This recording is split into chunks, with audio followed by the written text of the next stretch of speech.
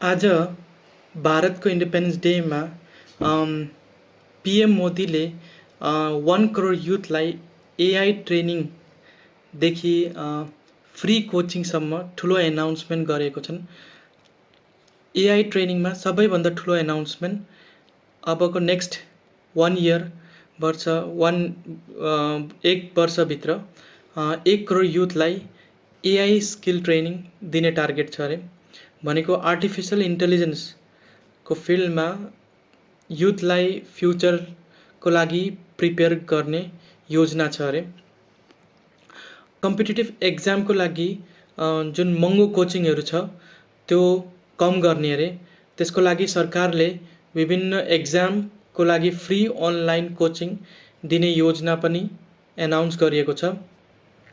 Emergency र modern क्राइसिसको बेला नागरिकलाई सहयोग गर्नका लागि modern civil defence volunteer network पनि बनाउने प्लान छ अरे।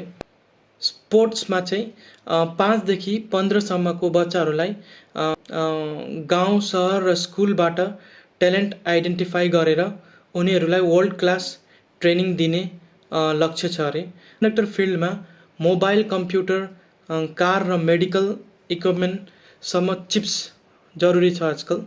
सो त्यसैले भारतले सेमिकन्डक्टर म्यानुफ्याक्चरिङमा अझै इन्भेस्टमेन्ट र प्रोडक्सन बढाउने प्लान गरेको छ अरे।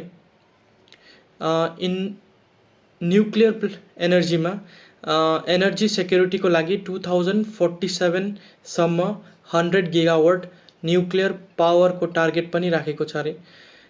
एआई, एजुकेसन्स, स्पोर्ट्स, टेक्नोलोजी र एनर्जी यी एनाउन्समेन्टहरूले भारतको फ्युचरमा ठुलो इफेक्ट पार्न सक्छ। अरू देशहरूले पनि यही सेक्टरमा धेरै प्रयास गरिरहेछन्। अगर भारतले यही सेक्टरमा आगे बढ्यो भने बहुत आगे तक बढ्न सक्छ।